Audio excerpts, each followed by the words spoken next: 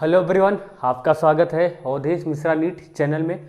आज हम फिर आ गए हैं आपके साथ एक नए लेक्चर के साथ। ठीक है, स्टार्ट करेंगे एक नए टॉपिक, एक नए रिएक्शंस के साथ। टॉपिक तो वही है, एक नए रिएक्शंस के साथ जो आपके लिए खासी इंपॉर्टेंट है। नीट जेई के लिए तो वो इम्पॉर्टेंट तो है ही, साथ साथ आपके बोर्ड एग्जाम के लिए भी इम्पॉर्टेंट है। जो लोग भी इस साल 12th में एग्ज़ाम देना चाहते हैं, अभी उनके पास मार्च उनका एग्ज़ाम जो स्टार्ट होगा, ठीक है, 26 अप्रैल से उनका एग्जाम स्टार्ट होगा। तो उसके पहले हम जितना ऑर्गेनिक का सिलेबस आपका कवर कर देंगे, ठीक है, वही आपके लिए अच्छा होगा। आप देखते जाइए, सभी ऑर्गेनिक केमिस्ट्री तब तक हम कवर कर देंगे, पूरा पढ़ा देंगे, पूरा 11th का भी 12th का भी। ठीक है, तो चिंता नहीं करना है, सिर्फ हमारे लेक्चर को आप बेसिक से देखते जाइए। ठीक है, सभी चीज़ें समझ में आएगी। थोड़ा सा आप भी एफर्ट करिए कि पीछे का सभी जितना अपनी 11th का पढ़ा है थोड़ा सा रिवाइज कर लेंगे तो ज़्यादा बेटर होगा। ठीक है, तो आज का ये रिएक्शन इतना ज़्यादा इम्पॉर्टेंट है, इतना ज़्यादा इम्पॉर्टेंट है कि हम कह नहीं सकते हैं। विलियमसन ईथर सिंथेसिस रिएक्शन, ये बोर्ड एग्जाम में तो आता ही आता है, नीट एग्जाम जेईई एग्जाम में जरूर आता है। इसलिए ध्यान से देखेंगे सभी लेक्चर को, ठीक है, अच्छे से हर चीज़ को एक एक स्टेप को देखेंगे मैं क्या बता रहा हूँ। ठीक है, अभी आपके पास बहुत टाइम है, 3-4 महीने का, 3 या 4 मंथ का, 3 या 4 मंथ का टाइम है नीट एग्जाम के लिए। ठीक है, और बोर्ड एग्जाम के लिए मैक्सिमम कर सकते हैं 1 मंथ का टाइम है। ठीक है, 1 मंथ का ही टाइम है आपके पास।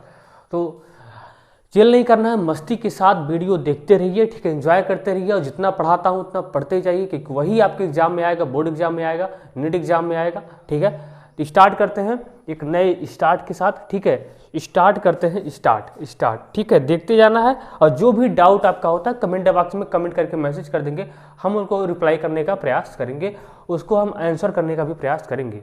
जो भी आपका डाउट हो वो कमेंट बॉक्स में कमेंट करिएगा। ठीक है, भूलिएगा मत। ठीक है, तो स्टार्ट करते हैं Williamson ether synthesis. Williamson ether, Williamson synthesis of ether, Williamson synthesis of ether, Williamson synthesis of ether. एक बात आप लोग नोट करिएगा, एक बात जानिएगा कि हम जो सोच रहे हैं सर ये तो इंग्लिश में आप लिखा रहे हैं, ये चीज़ें यूपी बोर्ड के बच्चों को भी समझ में आएंगी। ऐसा नहीं है कि उनको नहीं आएगा समझ में, उनको भी समझ में आएगा। थोड़ा समझने का प्रयास करो, थोड़ा सा समझने का। हमको देखो हिंदी आती नहीं है तो फिर भी हम समझाने का प्रयास करेंगे, उनको भी समझ में आएगा। उतना ज़्यादा हम इंग्लिश यूज भी नहीं करते हैं समझाने के समय, उतना ज़्यादा हम इंग्लिश यूज भी नहीं करते हैं, तो सब हो जाएगा। ठीक है, हमको हिंदी नहीं आती इसलिए इंग्लिश में पढ़ाते हैं। ठीक है, तो ध्यान देना है। तो विलियमसन ईथर सिंथेसिस, ठीक है, ये इंपॉर्टेंट रिएक्शन है, 12th का रिएक्शन है जो इंपॉर्टेंट है। आपको हमने कई सारा रिएक्शन बताया, आइडोफार्म टेस्ट बताया, अल्डोल कंडेंसेशन बताया, कैनिचारो बताया, रेमंड टीमर बताया, कोल्बे बताया, इतना रिएक्शन हमने आपको बताया, वो सारे के सारे रिएक्शन इंपॉर्टेंट है, सभी के सभी रिएक्शन इंपॉर्टेंट हैं। ठीक है, अब देखो स्टार्ट करते हैं विलियमसन ईथर सिंथेसिस। ये भी रिएक्शन आपके लिए खासी ज़्यादा इंपॉर्टेंट है। ठीक है, देखो क्या है, पहली बात विलियमसन ईथर सिंथेसिस कौन रिएक्शन देता है, तो बच्चों याद कर लेना, एल्काइल आयोडाइड देता है। कौन देता है? Alkyl iodide. थोड़ा सा देखते हैं, एल्काइल आयोडाइड देता है। जैसे अगर हम कहें कि एक जनरल रिएक्शन देखें, R1 है, ठीक है, एल्काइल आयोडाइड है, I है, और प्लस क्या होता है, सोडियम एल्कोक्साइड होता है। क्या होता है? R2O Na+, ठीक है, Na+ होता है, Na+, और यहाँ पे होता है ड्राई ईथर।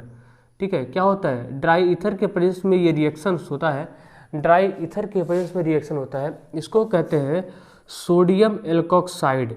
सोडियम एल्कोक्साइड क्या कहते हैं? सोडियम एल्कोक्साइड कहते हैं, सोडियम एल्कोक्साइड। ध्यान से देखते हैं, सोडियम एल्कोक्साइड कहते हैं। तो यहाँ पे होता क्या है, ध्यान देना है। R1 मतलब क्या है? एल्काइल पार्ट है, कार्बन का ही बड़ा सा पार्ट भी हो सकता है, छोटा सा ही पार्ट हो सकता है। ठीक है, और इधर भी वही है, R2 एल्काइल का ही पार्ट है। ठीक है, एल्काइल का ही पार्ट है R1 R2। तो यहाँ से देखो होता क्या रिएक्शन में, अगर हम जनरल ट्रेंड की बात करें कि जनरल ट्रेंड होता क्या रिएक्शन में, यहाँ से होता क्या, यहाँ से Na+ और ये I- यहाँ से निकल जाता है। एक जनरल रिएक्शन देख रहे हैं इसलिए यहाँ पे I को नहीं कर सकते हैं।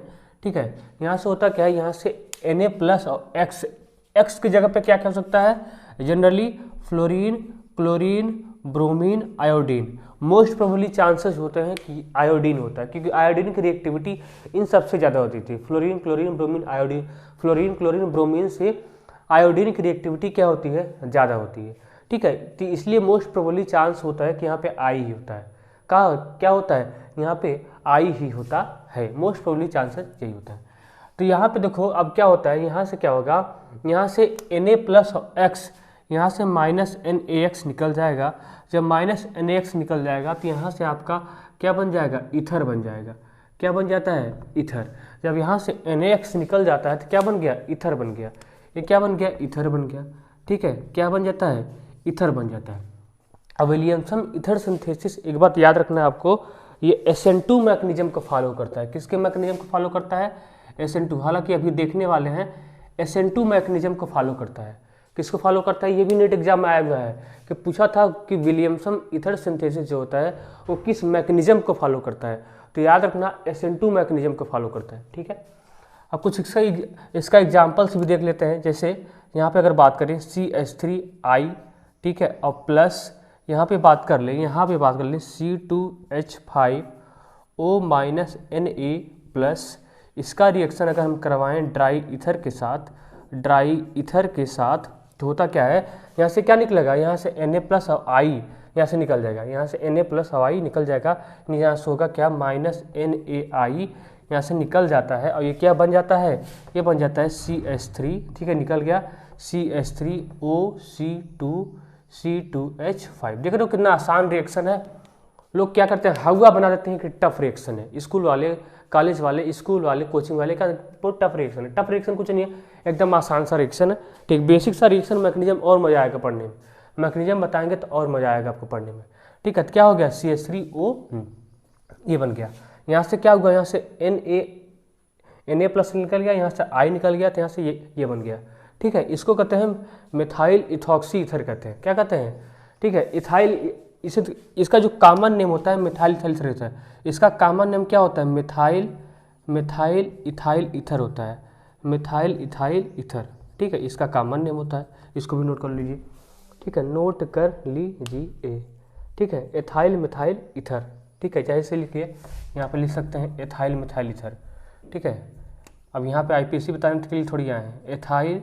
Ethyl methyl ether, ethyl methyl ether. ठीक है, एथाइल मिथाइल ईथर, नोट कर लीजिए इतना, एथाइल मिथाइल ईथर। ठीक है,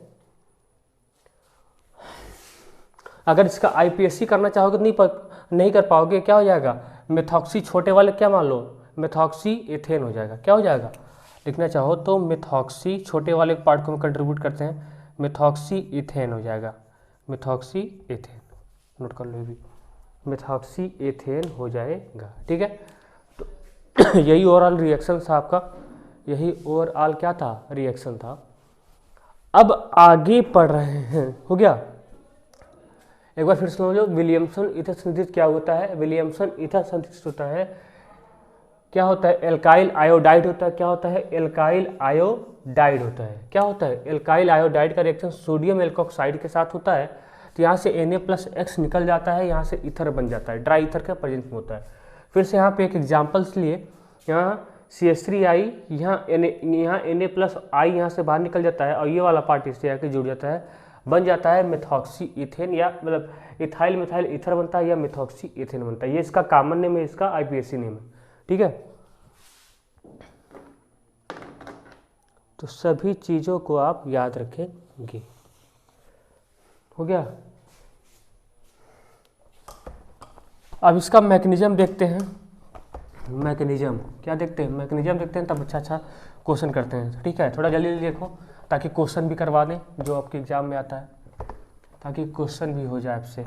ठीक है, क्वेश्चन भी हो जाए। मैकेनिज्म कौन सा फॉलो होगा, SN2 रिएक्शन फॉलो होता है। कौन सा रिएक्शन फॉलो होता है, SN2 रिएक्शन। जैसे मान लो ले लेते हैं CH3I, ठीक है, प्लस C2H5O Na+,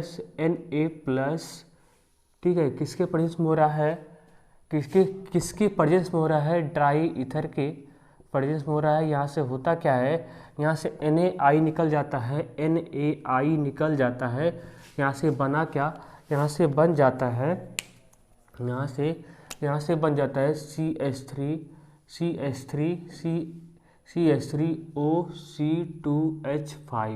ये बना। तो ये कैसे बना, मैकेनिज्म से समझते हैं, ध्यान देना, मैकेनिज्म से समझते हैं। इसका मैकेनिज्म इंपॉर्टेंट है बोर्ड एग्जाम के लिए, बोर्ड एग्जाम के लिए इसका मैकेनिज्म इंपॉर्टेंट है, ध्यान दो। तो देखो होता क्या है, पहले आप इसको लिख लीजिए C2H5ONA+, ठीक है। इसको हम इक्विलिब्रियम का साइन दिखाते हैं। यहाँ से होता क्या है, अब इस पार्ट को हम सेपरेट कर लेते हैं, अलग अलग कर लेते हैं। तो यहाँ से C2H5O-, ठीक है, और प्लस Na+, अलग अलग कर लिया। यहाँ से क्या हुआ, अलग अलग कर लिया। इसको क्या पहले क्या किया, इसको अलग अलग कर लिया। अब ये क्या होता है, C2H5O- एक न्यूक्लियोफाइल होता है। क्या होता है, न्यूक्लियोफाइल होता है। न्यूक्लियोफाइल क्या होता है, न्यूक्लियोफाइल वो स्पीसीज होती है जो इलेक्ट्रॉन रिच स्पीसीज होती है, जो इसके पास इलेक्ट्रॉन क्या होता है, भर भर अमाउंट में होते हैं, बहुत ज़्यादा अमाउंट में इसके पास इलेक्ट्रॉन होते हैं। कह सकते हैं ये इलेक्ट्रॉन का भंडार है। क्या है, न्यूक्लियोफाइल क्या होता है, एक इलेक्ट्रॉन का भंडार होता है। क्या होता है, न्यूक्लियोफाइल है ये क्या, इलेक्ट्रॉन का भंडार होता है। जब ये न्यूक्लियोफाइल है ये, और ये क्या होता है, ये स्ट्रॉन्ग न्यूक्लियोफाइल है। क्या है, स्ट्रॉन्ग न्यूक्लियोफाइल है। और जो न्यूक्लियोफाइल होते हैं वो क्या, वो तो स्ट्रॉन्ग बेस भी तो होते हैं, स्ट्रॉन्ग बेस भी। ठीक, ये स्ट्रॉन्ग न्यूक्लियोफाइल है। क्या है, स्ट्रॉन्ग न्यूक्लियोफाइल। और न्यूक्लियोफाइल की टेंडेंसी क्या होती है, न्यूक्लियोफाइल की टेंडेंसी यही होती है कि कहीं भी इलेक्ट्रॉन डिफिशिएंट सेंटर हो, जहाँ पे इलेक्ट्रॉन की कमी हो, वहाँ पे जाके अटैक कर सके। यही तो इनकी होती है ख्वाहिश, यही तो इनकी खासियत होती है न्यूक्लियोफाइल की, कि वहाँ पे ये अटैक करना चाहते हैं जहाँ पे क्या होता है, इलेक्ट्रॉन डिफिशिएंट सेंटर हो, जहाँ पे इलेक्ट्रॉन की कमी हो, ये वहीं पे अटैक करना चाहते हैं। तो ठीक है, देखते हैं कहाँ पे इलेक्ट्रॉन डिफिशिएंट सेंटर है। इतना आया समझ में। तो पहला पार्ट क्या हुआ, ये टूट गया C2H5 होने Na+ में। ये एक न्यूक्लियोफाइल है, स्ट्रॉन्ग न्यूक्लियोफाइल है। क्या है, वीक, ये एक स्ट्रॉन्ग न्यूक्लियोफाइल है, तगड़ा न्यूक्लियोफाइल है। ठीक है, बहुत मजबूत न्यूक्लियोफाइल है, ऐसा कर सकते हैं हिंदी में। ठीक है, तो इसको नोट करो, आगे देखते हैं। इतना नोट करो, हो गया। नोट करते जाना भैया, सभी नोट करते जाना। अब देखो होता क्या है, क्या था, C2H5O- प्लस CH3I होता है, CH3I होता है। अब I- क्या होता है, एक बेटर लिविंग ग्रुप होता है जो जल्दी से छोड़ के जाना चाहता है। ठीक है, I- क्या होता है, एक बेटर लिविंग ग्रुप होता है जो जल्दी से छोड़ना चाहता है सभी चीज़ों को, इस कार्बन को छोड़ना चाहता है। तो क्या होगा, I- क्या करेगा, I- ये 2 इलेक्ट्रॉन लेके यहाँ से भाग जाएगा। जब ये 2 इलेक्ट्रॉन यहाँ से लेके भाग जाएगा, इसके ऊपर क्या आएगा, पार्शियल पॉजिटिव आ जाएगा। आ रहा कि नहीं, I- जब ये अच्छा लिविंग ग्रुप है तो ये अपना 2 इलेक्ट्रॉन लेके भाग जाता है, इसके ऊपर क्या आता है, पार्शियल पॉजिटिव आता है, क्योंकि इसका भी तो इलेक्ट्रॉन लेके भाग गया है, इसका भी तो इलेक्ट्रॉन लेके भाग गया। अब होता क्या है, ये क्या है, ये एक स्ट्रॉन्ग न्यूक्लियोफाइल है। क्या है, ये एक स्ट्रॉन्ग न्यूक्लियोफाइल है, ये एक स्ट्रॉन्ग क्या है, न्यूक्लियोफाइल है, ये एक स्ट्रॉन्ग न्यूक्लियोफाइल है। ये कहेगा अगर भाई तुम्हारे इलेक्ट्रॉन को लिए लेके भाग जा रहे हैं तो हम तो हैं, हम इलेक्ट्रॉन तुमको देंगे। तो यहाँ से क्या होता है, ये पीछे से, ये बैक साइड से अटैक कर देता है, बैक साइड से अटैक कर देता है। याद रखना यहाँ पे SN2 मैकेनिज्म होता है। कौन सा मैकेनिज्म होता है, SN2 रिएक्शन क्या होता है, बाई मालिकुलर होता है। यहाँ पे 2 मालिक्यूल इन्वॉल्व होते हैं, देखो ना, यहाँ पे 2 मालिक्यूल इन्वॉल्व हुए हैं। ठीक है, इसलिए पीछे से बैक साइड से अटैक करता है। ये फ्रंट साइड से अटैक नहीं करता, ये बैक साइड से अटैक करता है। ये सामने से अटैक नहीं करता, ये बैक साइड से अटैक करता है। यहाँ पे इन्वर्जन होता है। क्या होता है, इन्वर्जन, यहाँ से बैक साइड से अटैक होता है SN2 रिएक्शन में।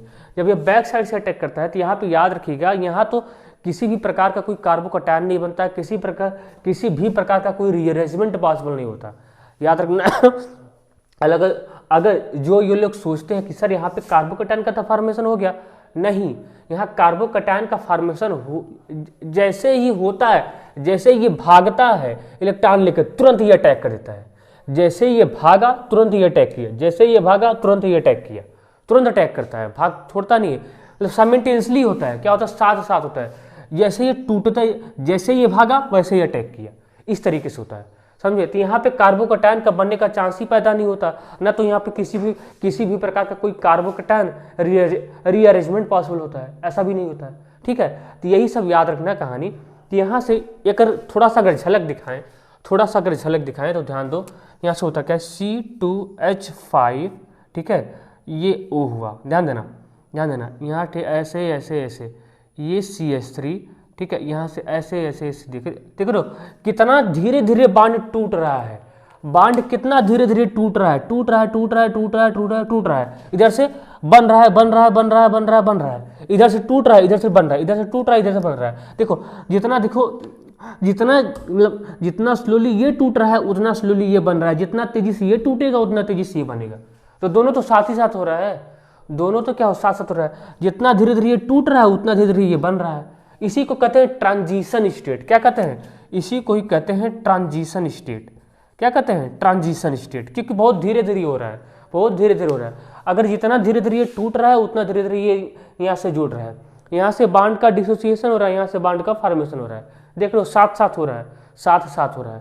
तो समझ में, तो यही होता है यहाँ पे। तो यहाँ पे आपका बन जाता है, अगर हम कहें यहाँ से क्या बन गया, यहाँ से बन जाता है C2H5OCH3, ठीक है, ये बन गया, यानी क्या बन गया C2H5OCH3, ठीक है, ये बन जाता है। तो मैकेनिज्म समझ में आया। यहाँ पे कौन सा, यहाँ पे देखो यहाँ जो स्ट्रॉन्ग न्यूक्लियोफाइल होता है हमेशा इसकी टेंडेंसी होती है कि हम लेस हिंडर्ड कार्बन आइटम पे अटैक करें, जहाँ पे भीड़ भाड़ कम हो। और ये वहाँ पे अटैक नहीं करना है भाई, जहाँ पे भीड़ भाड़ होगा, जहाँ पे स्टेरिक हिंड्रेंस ज़्यादा होगा, ये वहाँ पे अटैक नहीं करेगा। स्टेरिक हिंड्रेंस का मतलब क्या होता है? भीड़ भाड़। क्या होता है? भीड़ भाड़ होता है कि ये वहाँ पे अटैक, देखो यहाँ पे उतना, यहाँ पे भीड़ भाड़ थोड़ी है, यहाँ पे स्टेरिक हिंड्रेंस बहुत कम है। यहाँ पे क्या है, यहाँ पे अगर हम लिखें, यहाँ पे स्टेरिक हिंड्रेंस, यहाँ पे क्या होता है स्टेरिक हिंड्रेंस, यहाँ पे स्टेरिक हिंड्रेंस बहुत कम है, बहुत ना के बराबर है भाई साहब।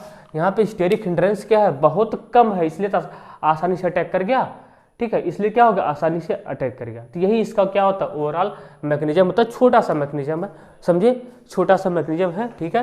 तो पहला क्या हुआ, पहले C2H5ONA टूटता है अलग अलग। अब ये क्या बन जाता है, ये बन जाता है स्ट्रॉन्ग न्यूक्लियोफाइल। जब ये स्ट्रॉन्ग न्यूक्लियोफाइल बनता है तो इसको क्या चाहिए, एक इलेक्ट्रॉन डिफिशिएंट सेंटर चाहिए। यहाँ से मिला, आयोडीन अपना इलेक्ट्रॉन लेके भागता है, तो ये बैक साइड से अटैक करता है। अटैक करने के बाद ये जिस स्पीड से ये टूटता है उसी स्पीड से ये बॉन्ड बनता भी है। यही इसका क्या होता है, RDS स्टेप होता है। यही इसका क्या होता है, RDS, रेट डिटरमाइनिंग स्टेप होता है। यही इसका कौन सा स्टेप होता है, रेट डिटरमाइनिंग स्टेप होता है। याद रखना है SN2 रिएक्शन में किसी भी प्रकार का कोई कार्बोकैटायन का फॉर्मेशन नहीं होता है, ना ही कोई रीअरेंजमेंट यहाँ पे पॉसिबल होता है। समझ में आया? इतना नोट कर लो, ठीक है इतना नोट कर लो। याद रखना, जितना कम स्टेरिक हिंड्रेंस होगा उतना अच्छा रिएक्शन होगा, जितना कम स्टेरिक हिंड्रेंस होगा, जितना ज़्यादा स्टेरिक हिंड्रेंस होगा विलियमसन सिंथेसिस उतना कम होगा, समझे। तो स्टेरिक हिंड्रेंस का भी ख्याल रखना है। देखो जो यहाँ पे एल्काइल, अगर हम पहले नोट कर लो, हो गया। एक बात आपको ध्यान में रखना है, क्या ध्यान रखना है, जो एल्काइल आयोडाइड है वो मस्ट बी प्राइमरी होना चाहिए। ये मैं कंडीशन लिख दे रहा हूँ, मस्ट बी प्राइमरी। सेकेंडरी होगा तो गड़बड़ हो जाएगा, टर्सरी होगा तो और गड़बड़ हो जाएगा।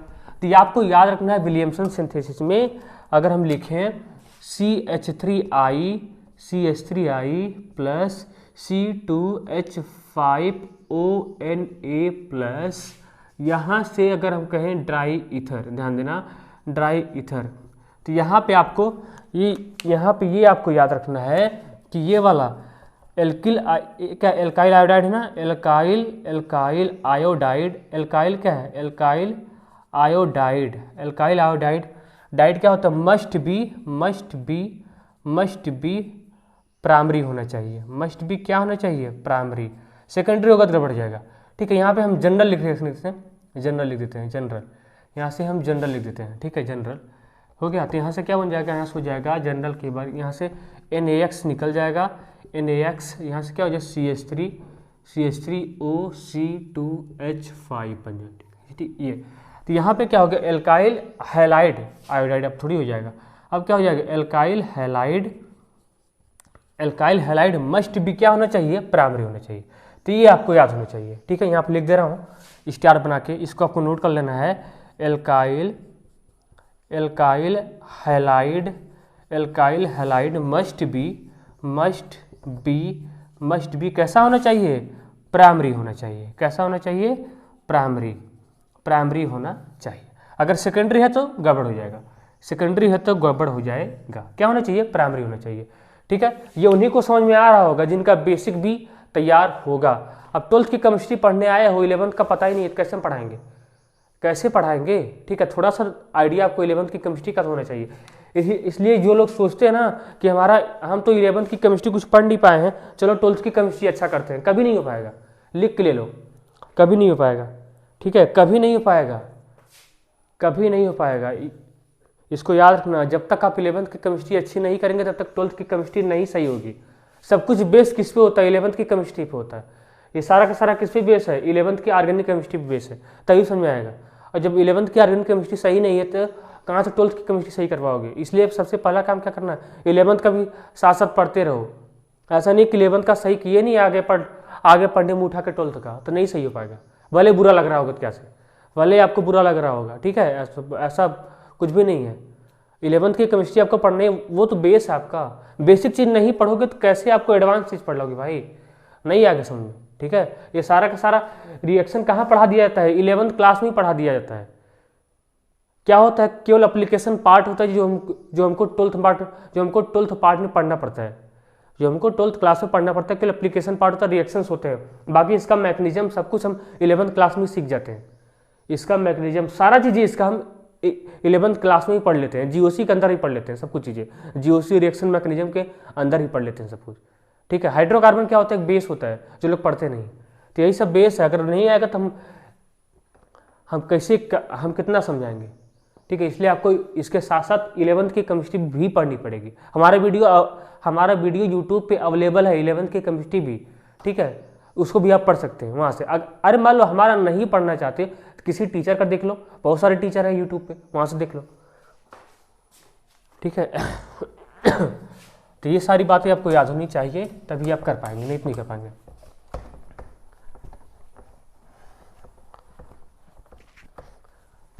कुछ भी, चाहे ऑर्गेनिक हो, चाहे इनऑर्गेनिक हो, चाहे फिजिकल हो, जब तक 11th का आपका क्लियर नहीं है 12th का नहीं हो पाएगा। ठीक है, 12th का नहीं हो पाएगा। एक क्वेश्चन देखते हैं, ध्यान देना। एक क्वेश्चन देखते हैं, देखो एक क्वेश्चन देखते हैं। CH3, ठीक है, CH3I प्लस, इंपॉर्टेंट है, एनसीईआरटी का क्वेश्चन है, एनसीईआरटी का। CH3, ध्यान देना, CH3 O minus Na plus, ये किसके प्रेजेंस में हो रहा है? ड्राई ईथर के प्रेजेंस में हो रहा है, ड्राई ईथर के प्रेजेंस में। बताओ क्या बनेगा? बताओ क्या बनेगा? बताओ क्या बनेगा? एक बात ध्यान देना, क्या ध्यान देना, और तुम्हारी प्रायोरिटी विलियमसन सिंथेसिस का रिएक्शन की प्रायोरिटी क्या होनी चाहिए? सबसे पहले दिमाग में बैठाओ, जो एल्काइल आयोडाइड है ये प्राइमरी होना चाहिए। मतलब जो आयोडीन अटैक है वो एक ही कार्बन से अटैक होना, तभी क्या होगा? प्राइमरी होगा। यही, इसकी डिग्री कुछ भी हो, सोडियम एल्कोक्साइड की डिग्री कुछ भी हो, हमसे लेना देना नहीं है। हमको केवल किससे मतलब है? इससे मतलब है, CH3I से मतलब है। किससे मतलब है? CH3I से। इसकी डिग्री क्या है? इससे मतलब। अगर इसकी डिग्री प्राइमरी के अलावा कुछ और हो गया तब तो दिक्कत हो जाएगा। ठीक है, हालांकि नीट एग्जाम में कभी ऐसा आया नहीं है, कभी ऐसा नहीं आया है, कभी आया ही नहीं, और ना कभी आएगा, ना कभी आएगा। तो यहाँ पे क्या होता है, ये प्राइमरी मस्ट, ये क्या होना चाहिए? प्राइमरी होना चाहिए। बार बार बता रहा हूँ, क्या होना चाहिए? Must be primary. ये क्या होना चाहिए? क्या लिखें? एल्काइल आयोडाइड, फिर लिख दे रहा हूँ, alkyl iodide must be primary, जो लिखा दिया हूँ। मस्ट बी क्या होना चाहिए? प्राइमरी। ठीक है, मस्ट बी क्या होना चाहिए? प्राइमरी। ठीक है, तो यहाँ से देखो होगा क्या? सिंपल सा रिएक्शन है, कुछ करना नहीं। यहाँ से Na प्लस, यहाँ से I निकल जाता है, समझ आया? यहाँ से Na प्लस, यहाँ से I, यहाँ से क्या निकल गया? Minus NaI। ठीक है, माइनस NaI। ये रिएक्शन एनसीईआरटी में दिया गया है, एनसीईआरटी में दिया गया है, याद रखना, एनसीईआरटी में दिया गया है। तो यहाँ देखिए NaI, और डिफरेंट साल में रिएक्शन पूछा भी गया है। ठीक है, यहाँ से NaI निकल गया तो क्या बन गया? यहाँ से बन गया आपका CH3, यहाँ पे ये CH3, यहाँ पे ये CH3, यहाँ से OCH3।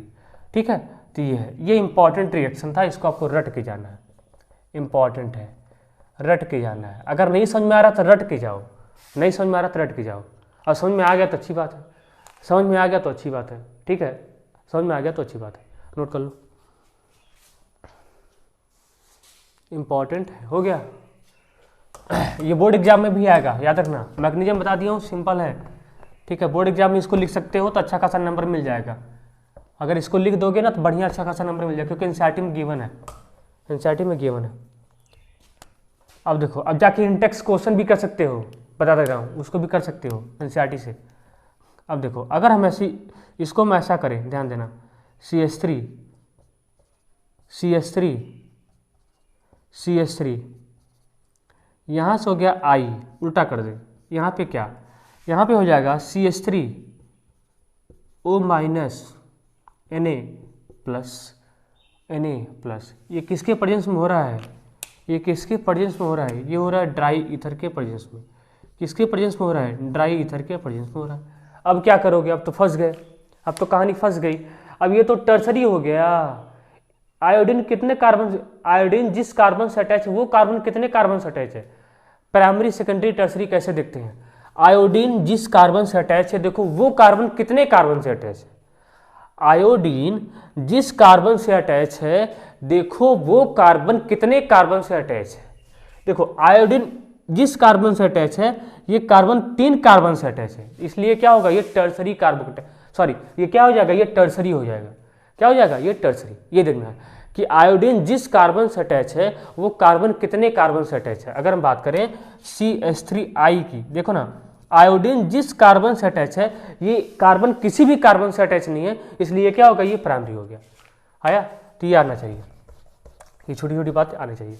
अब यहाँ पे देखो, यहाँ पे प्रोडक्ट उल्टा हो जाएगा। बहुत लोग कहेंगे, देखो मैक्सिमम लोग कहते हैं सर रिएक्शन नहीं होगा, रिएक्शन नहीं होगा। शायद आप लोग भी अगर पढ़े होंगे तो कहेंगे रिएक्शन नहीं होगा, हम कहते हैं रिएक्शन होगा। हालांकि ईथर नहीं बनेगा, हालांकि ईथर नहीं बनेगा, लेकिन बनेगा, कुछ न कुछ जरूर बनेगा, कुछ न कुछ तो जरूर बनेगा, कुछ न कुछ जरूर बनेगा। देखो क्या बनता है, अब ये टर्सरी हो गया, ये तो वैसे रह गया। ध्यान दो, होता क्या है, यहाँ से हम एक हाइड्रोजन को हटाते हैं, यहाँ से होता क्या, ध्यान देना, यहाँ से ये H हुआ, H हुआ, होता क्या, ध्यान से देखना, इंपॉर्टेंट है। यहाँ से ये बांड जो है, यहाँ से ये यहाँ पे शिफ्ट होता है और हाइड्रोजन यहाँ से निकल जाता है। हाइड्रोजन कैसे निकल जाएगा, यहाँ से Na+ और हाइड्रोजन, यहाँ से NaI बाहर निकल गया। क्या निकल गया, यहाँ से NaI बाहर निकल गया। समझ में आया क्या हुआ, ये हाइड्रोजन क्या हुआ, ये हाइड्रोजन यहाँ पे शिफ्ट किया, Na+ और H+ यहाँ से बाहर निकल गया, निकला, ठीक है। अब देखो, और यहाँ पे क्या होगा, यहाँ से ये आयोडीन, पहले ध्यान दो, यहाँ से होता क्या है, ध्यान देना, यहाँ से होता क्या है, यहाँ से पहले ध्यान, फिर से देखो, फिर से देखो, फिर से देखो, थोड़ा सा गलती हो गया था, फिर से देखो। यहाँ से क्या होता है, यहाँ से ये आयोडीन यहाँ से शिफ्ट होता है। जब ये आयोडीन यहाँ से शिफ्ट होता है, जब ये आयोडीन यहाँ से शिफ्ट होता है, तो क्या होता है, अब कार्बन के पास क्या हो जाती है, परेशानी। कार्बन कितना बांड बनाता है, 4 बांड बनाता है, 4 बांड बनाता है। जब ये निकल जाएगा तो कार्बन के पास कितना बांड हो जाएगा, 3। अब कार्बन तो हो गया परेशान, इसको तो दिक्कत हो गई, बोला कि हम तो 4 बनाते हैं लेकिन हमको तो 3 मिल रहा है। तो ये हाइड्रोजन बोलता है, भाई आपको 3 नहीं मिलेगा, आपको 4 ही मिलेगा, 4 की व्यवस्था हम करते हैं। तो यहाँ से ये हाइड्रोजन इस बांड को यहाँ पे दे देता है, यहाँ पे अपने बांड को, इसको अपने इलेक्ट्रॉन को यहाँ पे देता है, और यहाँ से H+ ग्रुप में यहाँ से निकल जाता है, H+ ग्रुप में यहाँ से निकल जाता है। अब ये देखो, ये Na+ और ये आयोडीन आपस में गठबंधन कर लेते हैं, ठीक है, जैसे बीजेपी सपा का गठबंधन इसमें चल रहा है। यहाँ से क्या होता है, NaI आपस में गठबंधन कर लेते हैं, ठीक है। अब देखो होता क्या है, ये क्या बना, ध्यान देना, ध्यान देना, ये क्या बना, ये हो गया C, यहाँ पे हो गया डबल बांड, यहाँ पे हो गया क्या हो गया, यहाँ पे एक हाइड्रोजन नहीं छोड़ दिया हूँ, 2, यहाँ पे क्या 2 है, तो यहाँ पे क्या होगा CH2, यहाँ पे CH3, यहाँ पे CH3, ये क्या बना, प्रोडक्ट बन गया।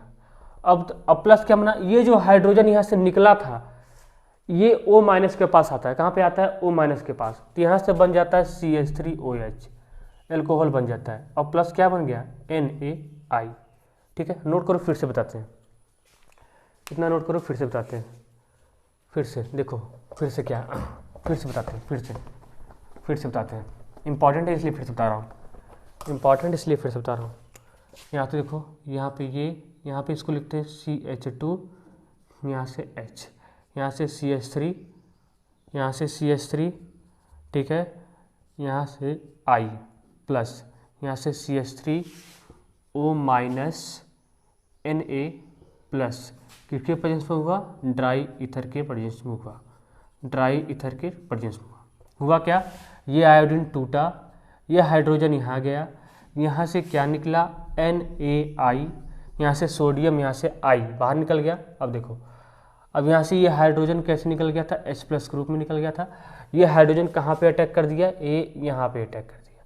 तुम्हारा बन गया क्या प्रोडक्ट? यहाँ से C, यहाँ डबल बॉन्ड CH2 आ रहा है, यहाँ से CH3 आ रहा है, यहाँ से CH3 आ रहा है, ये बन गया, और प्लस बन गया CH3OH, ठीक है, और प्लस क्या बन गया? NaI। तो इसको भी नोट कर लो, ठीक है, इसको भी नोट कर लो, ठीक है, इसको भी क्या कर लो? नोट कर लो। हो गया, हो गया, हो गया, हो गया, हो गया, हो गया, हो गया, हो गया, हो गया, ठीक है। तो ये रिएक्शन इंपॉर्टेंट है आपके लिए। यहाँ पे क्या बन गया? एल्कीन बन गया। ये रिएक्शन इंपॉर्टेंट है, ठीक है, ये रिएक्शन आपके लिए इंपॉर्टेंट है, तो इसको रट के जाना एग्जाम, ताकि गलती ना हो। अब यहाँ पे कुछ क्वेश्चन और देख लेते हैं। जैसे ये भी इंपॉर्टेंट क्वेश्चन है, याद रखना, इंपॉर्टेंट। इससे फिनॉल का रिएक्शन, ठीक है, करवाते हैं। सबसे पहले इसको NaOH से करवाते हैं, NaOH से करवाते हैं। यहाँ से होता क्या है? यहाँ से होता क्या है? यहाँ से होता क्या है? यहाँ से क्या निकलता है? यहाँ से Na प्लस और OH माइनस निकलता है। ये यहाँ से ये टूटता है माइनस प्लस में, ये OH माइनस, ये H प्लस, ये OH माइनस, ये H प्लस, यहाँ से H2O बाहर निकल जाता है। समझ में आ रहा है? ये OH माइनस, ये अगर यहाँ पर लिख देते हैं OH माइनस, ठीक है, यहाँ से क्या होता है? यहाँ से ये H2O बाहर निकल जाता है, और ये Na प्लस कहाँ चला जाता है? O माइनस के पास। Na प्लस कहाँ चला जाता है? O माइनस के पास चला जाता है, ठीक है। यहाँ से ये बन गया, यहाँ से हो गया O माइनस Na प्लस, ठीक है। और फिर से यहाँ से रिएक्शन होता है CH3I का रिएक्शन होता है। किसका रिएक्शन होता है? CH3I का रिएक्शन होता है। यहाँ से होता क्या है? यहाँ से क्या होता है? कुछ नहीं होता है। यहाँ से होता क्या है? ध्यान दो, यहाँ से होता क्या है? ये I माइनस बाहर निकल जाता है, ठीक है, ये O माइनस पीछे से अटैक कर देता है। यहाँ से क्या निकल जाता है? NaI निकल जाता है। यहाँ से I, यहाँ से Na प्लस, यहाँ से I माइनस, यहाँ से Na प्लस निकल जाता है, और ये O माइनस से CH3 पर अटैक कर देता है। तो यहाँ से बन जाता है क्या? ईथर ही बना। यहाँ से क्या बन जाता है? ईथर ही बना। यहाँ से बन गया OCH3। ये देखो कैसे बन गया? एनिसॉल। यहाँ से क्या निकल गया? Plus NaI। इसको भी नोट कर लो, इंपॉर्टेंट है, इसको भी नोट कर लो। ये क्या होता है? ये एनिसॉल होता है। क्या होता है? एनिसॉल। एनिसॉल का प्रिपरेशन कह सकते हो, एनिसॉल का प्रिपरेशन कह सकते हो। एनिसॉल का प्रिपरेशन विलियमसन ईथर सिंथेसिस से कर सकते हैं। हो गया? तो नोट कर लो, नोट कर लो, ठीक है। देखो विलियमसन ईथर सिंथेसिस में सिमेट्रिकल अनसिमेट्रिकल दोनों ईथर बनता है। ऐसा नहीं कि केवल सिमेट्रिकल ही बनेगा, सिमेट्रिकल भी बनेगा, अनसिमेट्रिकल भी बनेगा। हो गया? नोट हो गया होगा, ठीक है। सिमेट्रिकल अनसिमेट्रिकल दोनों बनता है। एक रिएक्शन और देख लो जो एनसीईआरटी में दिया, जितना रिएक्शन एनसीईआरटी में दिया सब बता दे रहा हूँ, सब बता दे रहा हूँ, कुछ छूटा नहीं है। लास्ट रिएक्शन है एनसीईआरटी का एनसीईआरटी का विलियमसन ईथर सिंथेसिस का, ठीक है। यहाँ से देखो वही है। यहाँ से क्या होता है? यहाँ से OH है, फिर से किसका रिएक्शन हुआ? NaOH का रिएक्शन हुआ, ठीक है। यहाँ से ये फिर टूटा Na प्लस और OH माइनस में, ठीक है, ये भी टूटा माइनस प्लस में। ये OH यहाँ से निकल जाता है H2O ग्रुप में। यहाँ से क्या निकला? H2O बाहर निकल गया, वैसे ही। ये Na प्लस कहाँ चला गया? यहाँ O माइनस के पास, ठीक है। Na प्लस कहाँ चला गया? O माइनस के पास। फिर से ये क्या हो गया? O minus Na plus. फिर से इसका रिएक्शन होता है किसका?